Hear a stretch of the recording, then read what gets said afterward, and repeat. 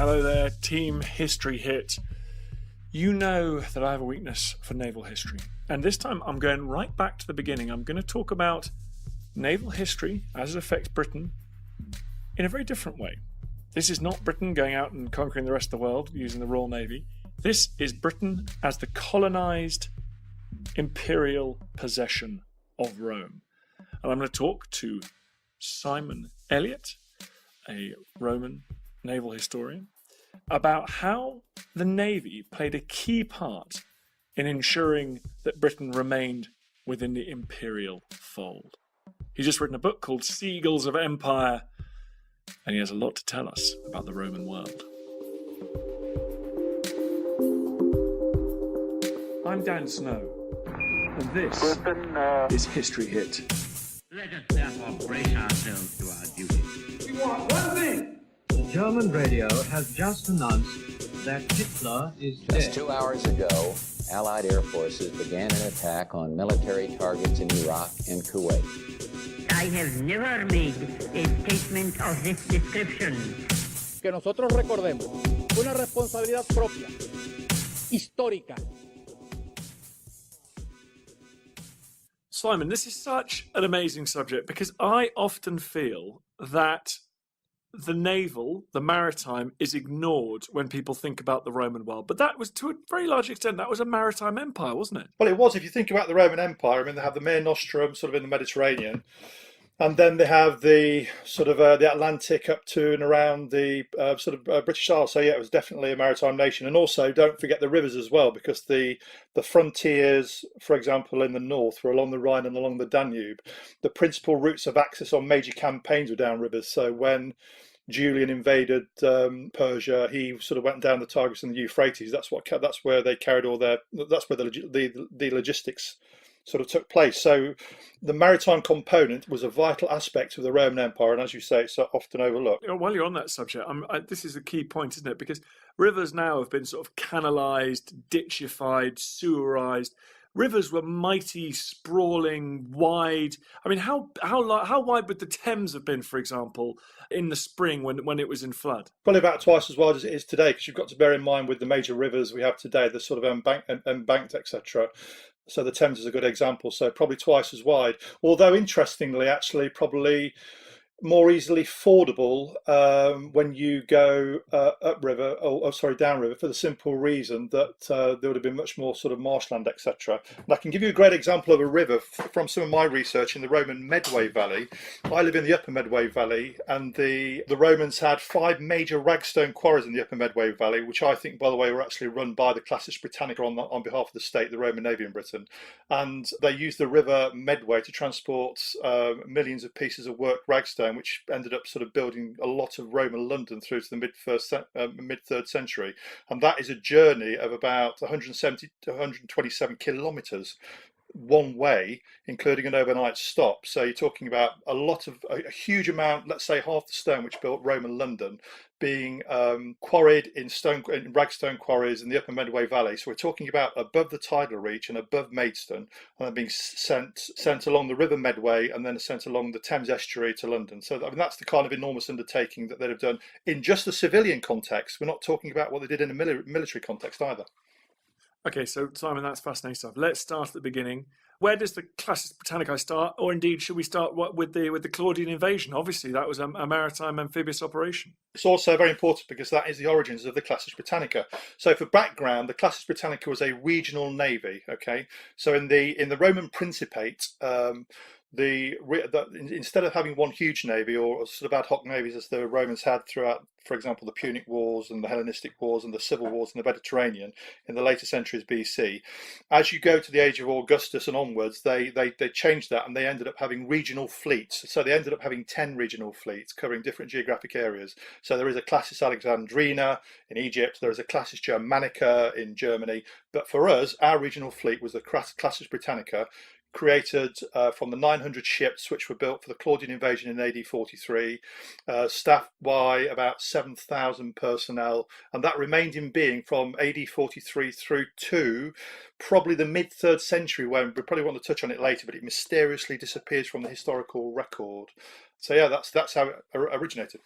And what kind of ships? I mean, was there a change in design from the Mediterranean craft or the riverine craft of Germany and Central Europe to the more oceanic, the tougher conditions that perhaps you might expect to find in the Western approaches or in the Channel? Certainly Caesar, when Caesar was fighting his campaigns against the coastal Gauls in the first century BC, he initially employed some sort of polyreme large galleys from the Mediterranean, and later copied some of the ship designs of the Gauls themselves, which were better suited to the rough waters. However, intriguingly, for the Classis Britannica, we know from sculptures and carvings and from the written record, principally their main fighting platform was the Liburnia bireme. So we're not talking about these huge polyremes, we're talking about bireme galleys, much smaller, with a ram and a ballista or two, maybe a sort of a castle mounted on the rear. And by bireme, you mean 2 decks of oars, do you? Absolutely right, yeah. But smaller. We're not talking about these enormous sort of quinquemarines and polyremes which they use in the Punic Wars and against the Hellenistic kingdoms. These are much smaller, much more suited to nipping in and out of coastal waters. And the reason why they're better here is actually when you look at what the Navy was doing, because in its principal warfighting sort of role, its combat role, it wasn't fighting sort of symmetrical conflicts against opponents in the sort of open ocean, sort of in a blue water context in, let's say, the North Sea or Atlantic approaches. It was much more sort of littoral based, going around the coast, etc. Principally in a military context for the Classis Britannica, supporting the army as over, let's say, a period of 60 or so years. It went through its period of conquest in Britain, and then supporting the campaigning, let's say, in the north, working very closely with the legions, etc., in the campaigns, let's say, of Agricola, and then under Hadrian and Marcus Aurelius in the 2nd century. And then there's a huge campaign with Septimius Severus as well in the early 3rd century. We always forget, I think, that look at Alexander the Great, for example. That was the Navy played an absolutely crucial part in Alexander the Great's campaign of conquest in the Middle East. Presumably the same thing was happening in Britain. So as the Roman legions marched north, there would have been as much amphibious support would there on either coast as possible. There were, Dan, let's go back to the numbers. There were 900 ships created for the Classis Britannica with 7,000 personnel. So this is a big force. Bear in mind, Britain, for the majority of the Roman Empire, had an exponentially large military presence anyway, probably in the 2nd century, 12% of the entire military presence of the whole empire in what was 4% of the geographical area, given that the north and the west of Britain was effectively the wild west of the Roman Empire anyway, with constant campaigning. So what the regional fleet did here, the Classis Britannica, let's look at the campaigns of Agricola when he sort of marched north into Scotland. You'd have the legionary spearheads following largely a sort of a coastal route, and then the Classis Britannica bolted onto the maritime flank, providing support, supply, making sure that when these legionary and auxiliary spearheads ran their way through enemy territory, there were fortified harbours ahead of them already, where the fleet had already sort of secured a base, and there were stores ready, so that the following day you had ongoing this process of legionary and auxiliary spearheads smashing forward, and then linking up with the fleet at the end of the day's march. The supplies are all there, there's a harbour, there's a base, etc.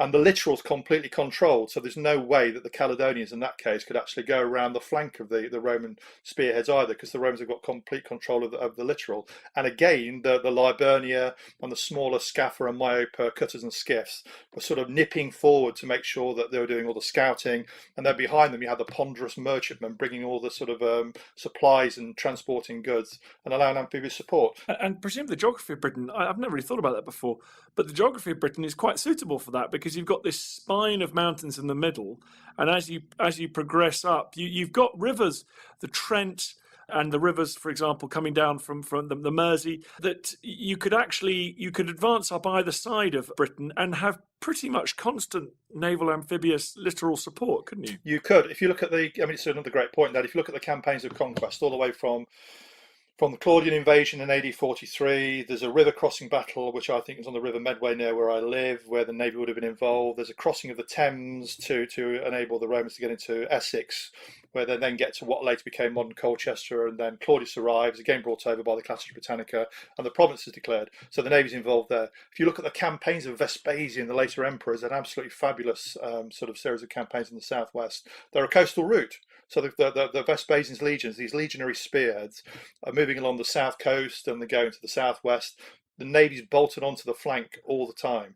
If you go, then the campaigns go up into the sort of Bristol Channel, into the Irish Sea. It's the Navy again. The campaigns of conquest in Wales, the Navy's around the coast again. Then you get the campaigns against the Brigantes, and again they go on an east coast and a west coast track. And on each coast you get the Navy bolted on again. That's why this is a really good, interesting, untold story, because it's telling the story of Roman Britain from a perspective that no one's ever touched upon before.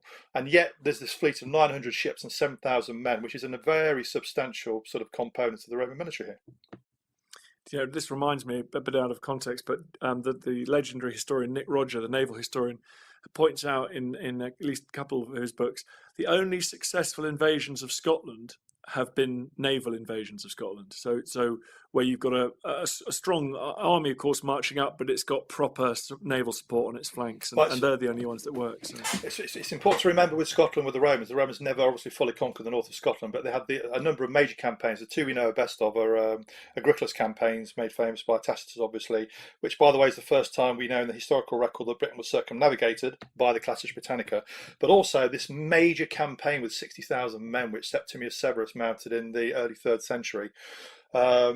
Where he increased the storage capacity at South Shields, which was a major base on the northeast coast for the Classis Britannica, by tenfold, to actually enable the supplies there to get the 60,000 men to campaign.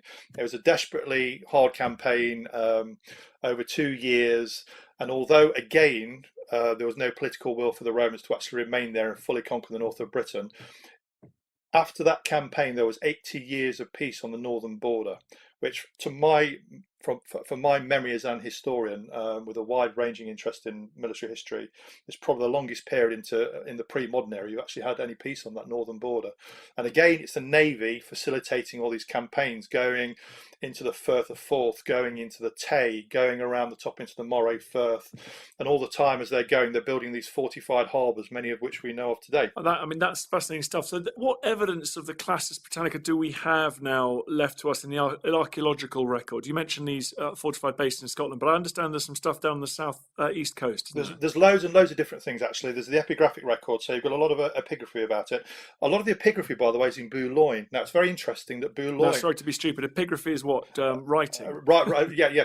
Funerary monuments, writing on funerary monuments. Okay. And a lot of it's in Boulogne, and that's because Boulogne was the headquarters of the Classis Britannica, because the Classis Britannica not only had responsibility for, let's say, the North Sea Basin, the English Channel, the Atlantic approaches, the east and west coast, the Irish Sea, but it also had responsibility, intriguingly, for protecting the northwestern continental coast of the Roman Empire up to the Rhine as well, which reflects the way the Romans viewed the English Channel and the North Sea in a different way to us, because for them it wasn't the barrier which we see of from military history in recent times. It was actually a sort of a point of connectivity and a motorway by which Roman Britain remained a fully functioning part of the Roman Empire. So you have epigraphy in Boulogne. You also have things in the archaeological records. So we know where a lot of the fortified harbours were. We have some beautiful graffiti. So one of my friends supplied a piece of graffiti on some waste lead from, I think it's from Caister from either Caister by Norwich or Caister by Sea, which shows a Roman galley being graffitied by somebody who was clearly drawing this from having seen one. So there we have an absolutely wonderful piece of first-hand evidence of somebody drawing what they saw as a Roman galley in the Classis Britannica. But intriguingly, you also have the written record, of course. There are lots of references, and I'll come back to that. But intriguingly, the Classis Britannica was also employed like an army service corps as well as a military force, because it reported to the procurator in Britain, not the governor. So therefore, it was there also to make the province pay into the imperial ficus, the treasury. So it ran some of the metalla industries as well, and one of the big ones was the iron industry in the Weald through to the mid-3rd century, which made a lot of the iron which went to the northern borders to enable the military to operate. And the big ironworking sites, which were monumental in scale, but they were factory sized to us today, near the coast, near Hastings, they were run by the Classis Britannica, and we know that because all the buildings have got tiles stamped with the Classis Britannica. But I'll come back to the written record, if I may, Dan, very quickly, because you have two really interesting pieces of in the written record. Firstly, the first time the Navy's mentioned at all, so we know it was formed in AD 43, but the first time it's mentioned at all is in the Flavian period, in the context of a failure in AD 69-70, the Classis Britannica is recorded by Tacitus as taking a British legion across to the Rhine to help fight Civilis and his revolting Batavians, who were auxiliaries who were revolting against the Roman Empire and causing problems on the Rhine border. So this legion got to the Rhine estuary, debussed off the ship, was marched off by obviously a rather rash legate senator, and he forgot to put any guards on the ships. So you can imagine this invasion force effectively carrying a whole legion in the Rhine estuary, being left overnight with no guards, and hey presto, the local Germans burnt it to a ship. So the first time it's mentioned, it's in ignominy. It's a sort of a classic sort of failure, and it was rebuilt very quickly, obviously. But finally, in terms of the written record, I'll go back to epigraphy. The last time it's ever mentioned, the Classis Britannica, is in AD 249. In the context of a funerary stele of one Saturninus, who was a Nearchus, a captain of the Classis Britannica, who was buried, and this is in AD 249. Interestingly, he's from North Africa as well, which shows how cosmopolitan the Roman Empire was. And that's the last time it appears in history. That is amazing, isn't it? It just shows that the Britain who went on to colonise the rest of the world was itself initially colonised by people from, and we have records of, I think, people from Syria and Iraq up around Hadrian's Wall as well. It was such an incredibly cosmopolitan empire. There's loads and loads of interesting sort of references up there, including of course to the Classis Britannica, who there is epigraphy along Hadrian's Wall of them actually building parts of Hadrian's Wall when it was built and also maintaining it as well. And there's a great reference after the time of the Classis Britannica in South Shields, towards the end of the Roman Empire in Britain, where we have some Tigris boatmen acting as bargees on the Tyne. So it genuinely is a sort of a very, very cosmopolitan empire. The Roman fleet, would they have served their entire career here, or would they have then switched over to serve in the Eastern Mediterranean or something? Presumably knowing that the water, the tide, the conditions was absolutely vital to being a good naval officer. Absolutely right. So I mean, you're looking at two different things here. So if you look at the officers themselves, the officers were very cosmopolitan and often moved between posts. So if you were the a senior officer in the Classis Britannica, it's a similar kind of career path to being working with the Roman auxilia, not the legionaries, but the auxilia, sort of in the Principate, where the senior officers, like the Prefectus, who was in charge of the Classis Britannica, and his senior Nearchus sort of captains, they would have come from the equestrian aristocratic route and background, as opposed to the senatorial one, which the legionary commanders came from. So it's very much on a par with the auxilia. And intriguingly, remember, it reports not that the regional fleets didn't report to the governor, who was the military boss and the legal boss of a Roman province, later provinces in Britain. He reported to the procurator, who was in charge of making the province pay. So it was a very dual kind of role. On the one hand, sort of this military role, and on the other hand, this sort of this service corps role, sort of doing administration, doing engineering. So we know they were building bits of Hadrian's Wall and running the industry as well. So the fleet's founded in AD 43. You've got 900 ships. The chances are they would have recruited some of the experienced sailors from the Mediterranean to help that get going. But afterwards, they would have recruited local sailors with local knowledge. So if you're going back to, as an example, this journey of 127 kilometres from the quarries in the Upper Medway Valley to London, carrying loads of 50 tons of ragstone, that's a difficult journey, right? That's not an easy journey at all. And you're tacking backwards and forwards in pre-modern sailing ships through the Medway estuary into the Thames estuary. So you need to be really experienced sailors and absolutely knowing the water's dead on. During their campaigns, do you have any sense of them dealing with specifically a maritime threat from perhaps Jutland, Northern Europe, Scandinavia? Are they fighting any sea battles in this period? For the majority of its existence, no. Simply because there's no symmetrical threat. So it's not like the Punic Wars, where you get these huge fleets of polyreme galleys fighting these massed sort of battles. Most often, these battles, by the way, are within sight of the coast, but nevertheless, they're there to control the blue water environment, the access to the blue water environment. If you go beyond the campaigns of Septimius Severus in the early 3rd century and look at the gap between then, so let's say from AD to 1520 through to the middle of the century when the navy disappears, that's when you start to begin to see the beginning of Saxon, we'll call them Saxons, but North Germanic raiding across the North Sea and across the down the continental coast and across the English Channel. Not on the levels that you saw later, but that's when it begins. And interestingly, this is when we begin to see the early Saxon shore forts being built as well. So, for example, the one at Reculver. So the chances are that for the last 30 years of its existence, the Classis Britannica suddenly found itself doing something almost completely different to the role that it had fulfilled, supporting legionary spearheads in the littoral, and it found itself actually operating in the Blue Ocean zone in the North Sea. But we don't have any accounts of that particularly. We don't, but what we can use is analogy. So we know where the other regional fleets, what they were doing. We know the raiding was taking place from the archaeological record, and we know anecdotally it was taking place because the early Saxon shore forts were being built, and these aren't small forts. These are very substantial investments in time and manpower and money to actually build these forts. So you're not building them for nothing. The early Saxon shore forts are all built sort of to give control to sort of riverine access. So there's definitely a threat they're being built for, and we know what the other regional fleets were doing sort of around this time as well. So, for example, you start to see the Gothic raiding into the Eastern Mediterranean sort of around the same time. So I'm personally convinced that is exactly what the Classis Britannica was doing. Why do we see this expansion of Saxon or Northern European fleets? I mean, are they learning from the Romans? Are the Romans getting weaker? Is the Classis Britannica being weakened by political division, or just what's happening here? You're pulling me on some of my favourite subjects, Dan. So what you have there's a number of things there. So firstly, in the middle of the third century, you have the crisis of the 3rd century. So a lot from the assassination of Alexander Severus in AD 235 through to the accession of Diocletian in AD 284, you have lots of turmoil politically and economically in the Roman Empire, particularly in the West anyway. Okay, so there may be a sort of a weakening there, which people north of the lines in Germany could exploit. But also you often find when you have an economic superpower with a border, there is always a flow of wealth across that border, which then changes the political structure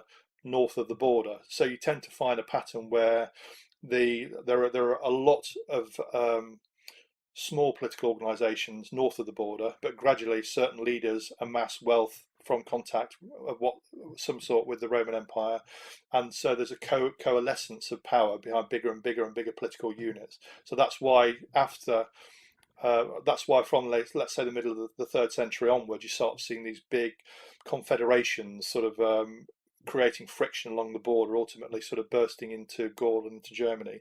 And the Saxon raiding, we'll call it Saxon raiding, but let's say it's Germanic raiding from a variety of peoples. It's probably a reflection of that. You know, they had the maritime. I think they probably had their own maritime technology anyway, because it's different to the Roman maritime technology. But they would have found out that there was this fabulously wealthy province of Britain, especially the south and the east, where there were opportunities for them, and there was a coalescence of power, and then you end up with the raiding starting. And at the same time, the Roman central government was able to spend a little bit less on the fleet, I suppose. And they were fighting themselves, and also because you have economic pressures as well.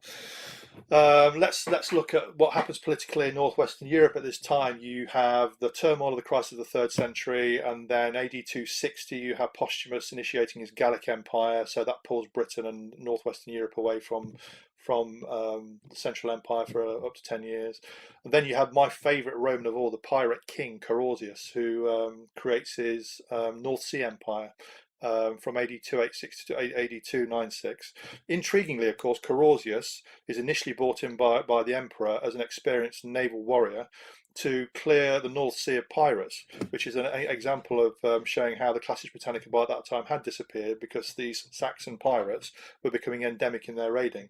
Then, of course, Carausius gets accused by the emperor of pocketing the wealth from all these raiders that he's successfully kicked out of the North Sea, and therefore he usurps and creates his own North Sea Empire from northwestern Gaul and Britain. So you're saying that after the crisis of the 3rd century, in which the Romans, oh, I suppose they come fairly close to collapsing in certain parts of the empire. They never really get the Classis Britannica back after that. No, it disappears, Dan. It disappears before that. The last reference we have is in AD 249. So at some stage from AD 249 through to the accession of Claudius, when we know that there was endemic raiding in the North Sea and therefore no fleet in Britain, the navy disappears, and that's where the great mystery is, why this navy disappears. There are a number of reasons why it could have been. One could be an economic reason, because the military was becoming increasingly expensive to run at a time of economic crisis. But I think actually it fell foul of a usurpation in one way, shape or another. It's got the crisis of the 3rd century anyway, so it could have backed the wrong horse at the wrong time and then been punished by the winner. And specifically, you have the Gallic Empire of Postumus, where you have a number of Gallic emperors, some usurping themselves and then being brought back into the fold by the Roman Empire in the West within a decade anyway. So at any stage, the praefectus of the Classis Britannica could have backed the wrong horse, and they were punished by being disbanded. What you're really reminding us here is something that I'd never thought about in terms of the Roman Empire before, but you see it in early modern history, which I know a bit more about, which is you can imagine you can invent legions quite quickly, but what you can't do in history is will into being maritime force, because you need a logistics, you need boat yards, you need skilled craftsmen, labourers, you need wood that has been properly treated and left to be prepared. All of that takes generations, or certainly decades.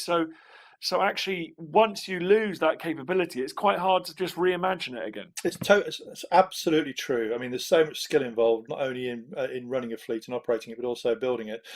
I'm always minded of a quote from my second favourite admiral of all time, Cunningham, in the Second World War, when he was offered the opportunity of withdrawing the Royal Navy from evacuating troops and taking them to Egypt. And he said, he quoted, and I'm going to misquote it, but effectively he said, it takes 3 years to build a ship, but 300 years to build a reputation. We fight on.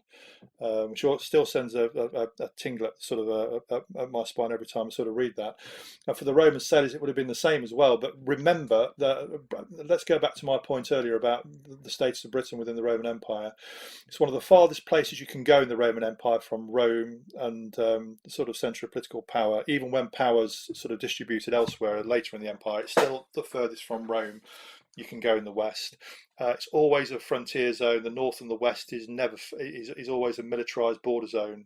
So although it was part of the later provinces of Britannia, it wasn't the same as the south and the east, which were fully functioning, full fat parts of the empire. The north and the west was a border zone. If you're an aristocrat that wanted to make your name fighting, you go either to the northern border in Britain, or you go to the Persian frontier.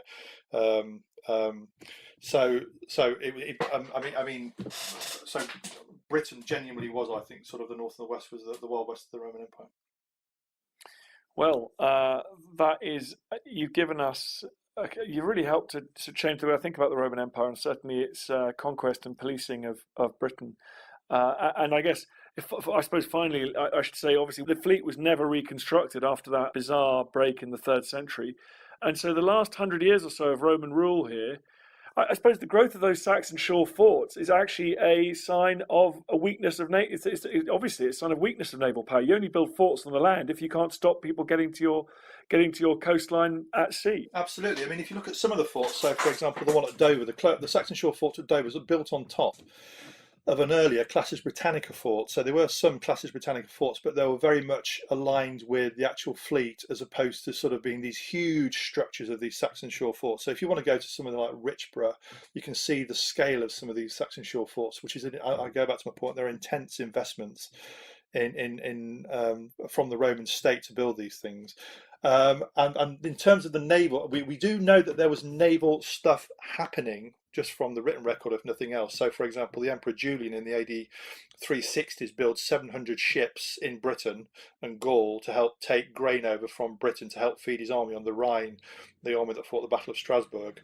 But this isn't the integral, fully functioning, full fat navy, which we had until the mid-3rd century. These are one-off events. So a fleet is constructed to do a specific thing. You may have local coastal sort of forces dotted around here and there, but not this homogenous major sort of 7,000 man, 900 ship navy, which existed for 200 years of Roman rule. Well, like the Victorians who built all those follies outside Portsmouth and around various ports around the UK, wasting money on shore defences when they had battleships out at sea. It's over the horizon deterrence, much better. So actually, the last 100 years of Roman rule in Britain feels like it would have been quite vulnerable because they didn't have control of the waters. It suggests they didn't have control of the waters around the coast. You had Saxon raiding. You had forts around the south and the east coast, which are called by the Romans the forts of the Saxon shore. Now, however you define what the Saxons were, whether the Saxons were the raiders or whether the Saxons were being brought over as Federate mercenaries, they were coming over here, and that does indicate in some way, shape or form that control of the North Sea towards the end of the empire had been lost. We even know that there's a great conspiracy sort of invasion where a number of the opponents of the Roman Empire from north of the border, from Ireland and from Germany, hit the north of the province. I think it's this is from memory, I think it's in the AD 360s, it may be a little bit later. But we know for a fact that for probably one of the first times, part of that invasion from all those places was to send natives from the borders by sea around Hadrian's Wall to get to the northeast coast. That would never have happened with the Classis Britannica in existence.